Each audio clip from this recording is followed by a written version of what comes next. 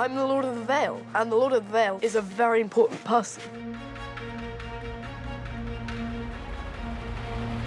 The House Arryn sigil is a flying white falcon and a crescent moon over a blue field. So everything about this sigil reminds us that the house is high up, both in its spirit and in its literal location. The Arryn seat, the Eyrie, is located on top of the Mountains of the Moon. The Eyrie. They say it's impregnable. Give me 10 good men and some climbing spikes. I'll impregnate the bitch. And likewise in its attitude, Arryn is the lofty house, defined by its noble ideals of honor and virtue. Life is more elegant here. When the show begins, we're told that Jon Arryn, Robert Baratheon's Hand of the King, has died, and Ned Stark is deeply upset. I know he was like a father to you. If Lord Arryn was the father figure whom the staunchly moral Ned Stark looked up to, the man who passes the sentence should swing the sword. Then we can only imagine how idealistic and moral Jon himself was. The Hand was loved by all. The death of this revered character is what sets off the whole chain of events we witness in Game of Thrones. I loved that man. We both did. He never had to teach you much, but me, you remember me at 16? After Arryn dies, Robert comes to Winterfell to ask Ned to be his new hand. Meanwhile, the suspicious circumstances that surround Jon's death foreshadow that something foul is rising. Why kill him? He started asking questions. Since Jon is presented as this faultless beacon of integrity, the story essentially begins by signaling to us that honor itself is under attack. And during Game of Thrones' final season, House Arryn's region, the Vale, is ruled by Jon Arryn's son, Robin, who's kind of an off little boy. Mommy, is that the bad man? The house has declared allegiance to King in the North, Jon Snow. But now that Jon has bent the knee to Daenerys, the Vale presumably serves House Targaryen. However it plays out, the powerful Knights of the Vale could make a big difference in the battles to come. As we saw, they saved the day at the last minute in the Battle of the Bastards. So let's look closer at the Arryn symbols to understand what this house tells us about honor, idealism, and why it can be a problem to remain above it all. Does Winterfell have a moon door? No, I'm afraid not. It's not high up in the mountains, it's down on the ground. That sounds dangerous. Before we go on, if you're new here, be sure to subscribe and click the bell to get notified about all of our new videos.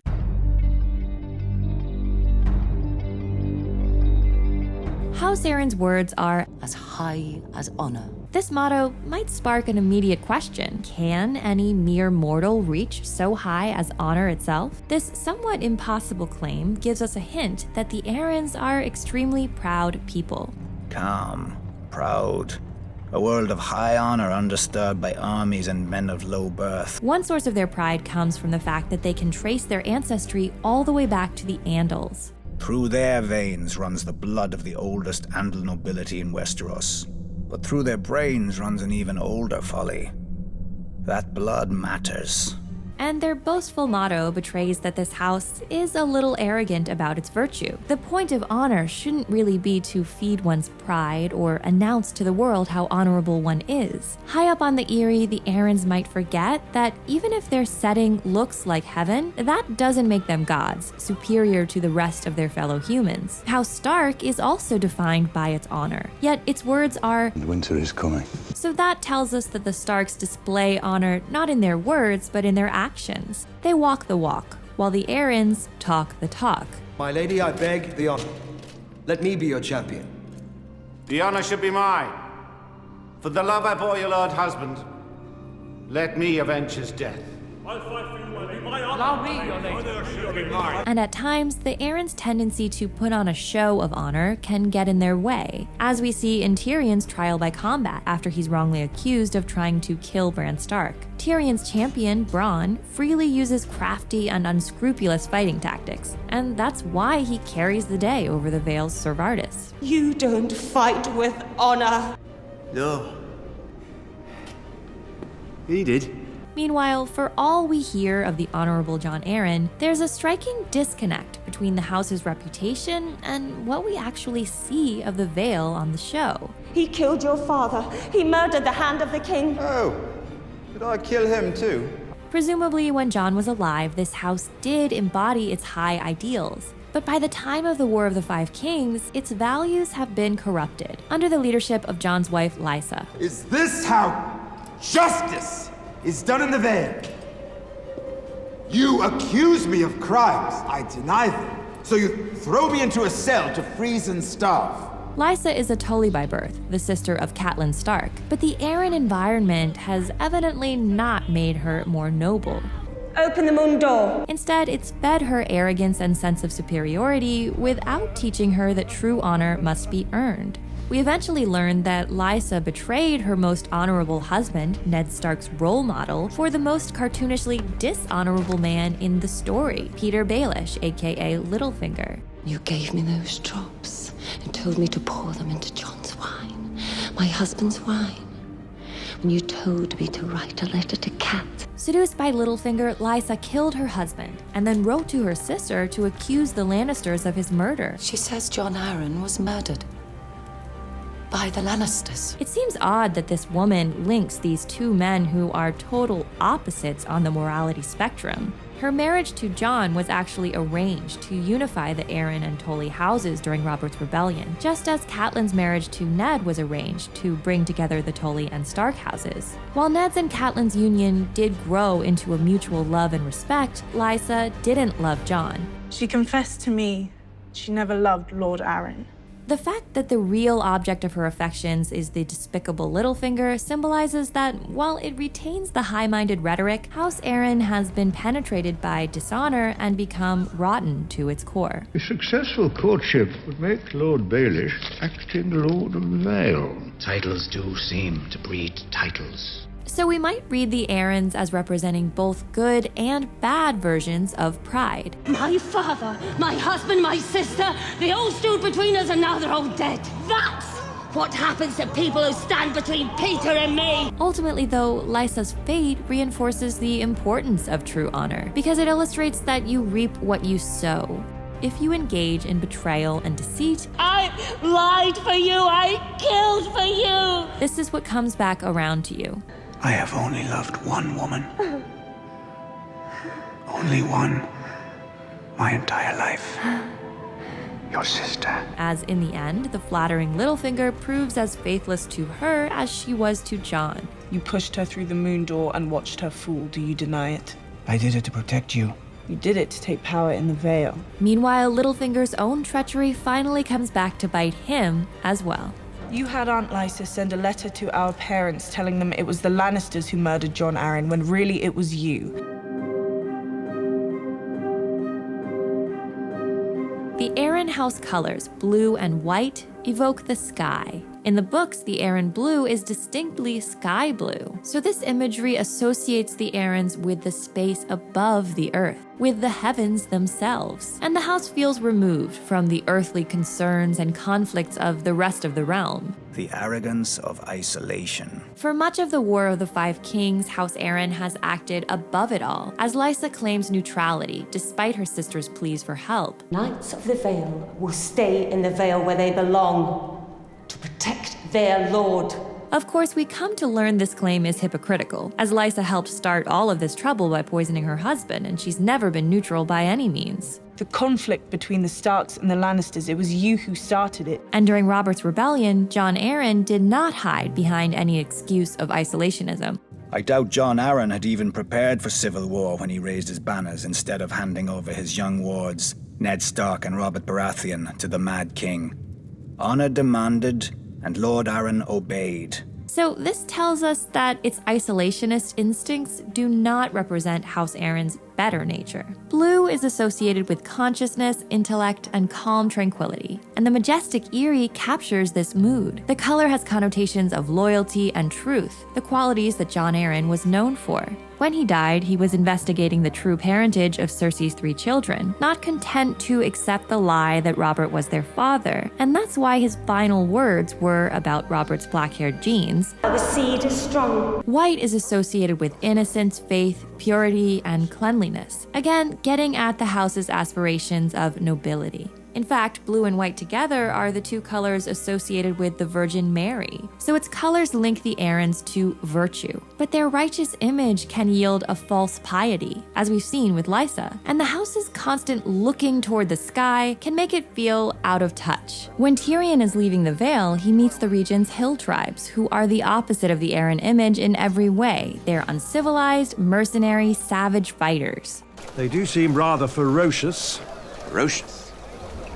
Last night, Moonbrother stabbed a stone crow over a sausage. The Lannisters, on Tyrion's initiative, leverage these tribes' dissatisfaction under House Arryn. I'll give you this. What is this? The Vale of Arryn. And channel their fighting power on the battlefield. So we sense that the Arryn's superior attitude can make their rule in the Vale insecure. There's even an implication that a sky-minded life can make people go a little crazy. She's changed. She was always a bit touched, but now... The Lysa we meet is oblivious and delusional, unable to see Littlefinger's blatant manipulation and lack of love for her. I do think that we could wait until... I'm done waiting, Peter. Evidently, living up in the clouds, removed from reality, can take its toll on the mind. What wife would trust you the way I've trusted you?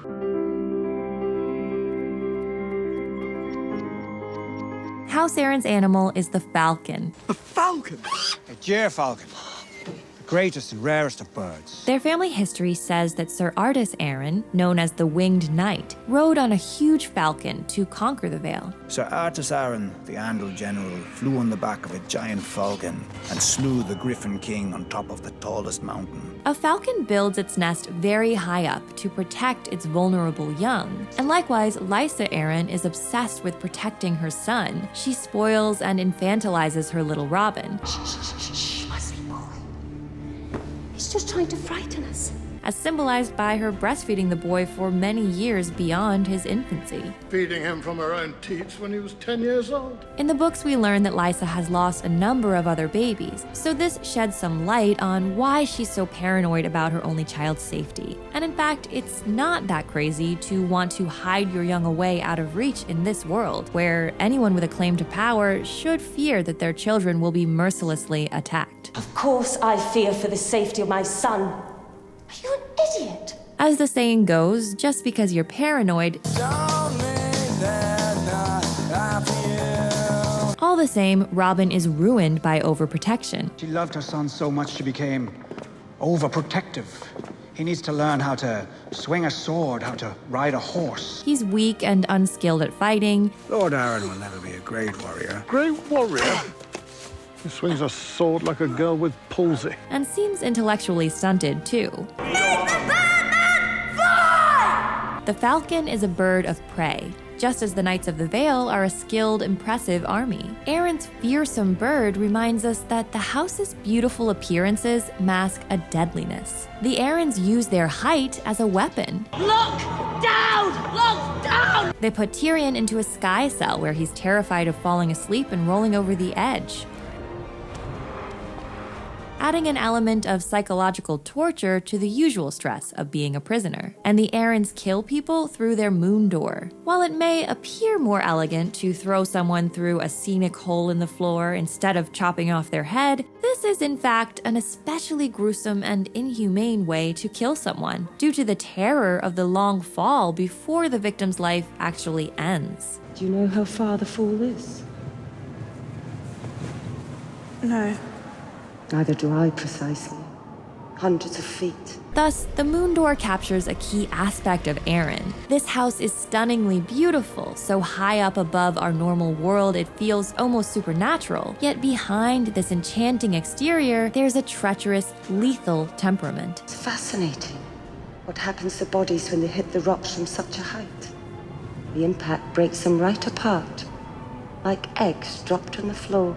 Arryn's symbol is a falcon volant, which means the bird is mid-flight. Due to its amazingly high location, the Eyrie is nearly impossible to capture, at least without a very powerful bird or dragons. Even during Aegon Targaryen's War of Conquest, the Eyrie wasn't technically taken. House Arryn bent the knee peacefully, knowing they couldn't fight off the Targaryens indefinitely. So we might interpret the falcon volant to represent the glory of Arryn's uninterrupted rule in the Vale, which takes no rest. This image also makes us think of the way that the Arryns are not grounded, but permanently removed from everyone else's earth. Arryn is the only great house besides House Targaryen whose sigil features an animal capable of flight. This gives them a tactical advantage. They can perceive a bigger picture and see a longer game than others can. Like the Targaryens with their dragons, House Arryn almost feels like it has something magical about it. The views from the moon door or a sky cell are presumably just of the ground from very high up, but they feel like they commune with some transcendental, mysterious power. For all the perils of living so high up,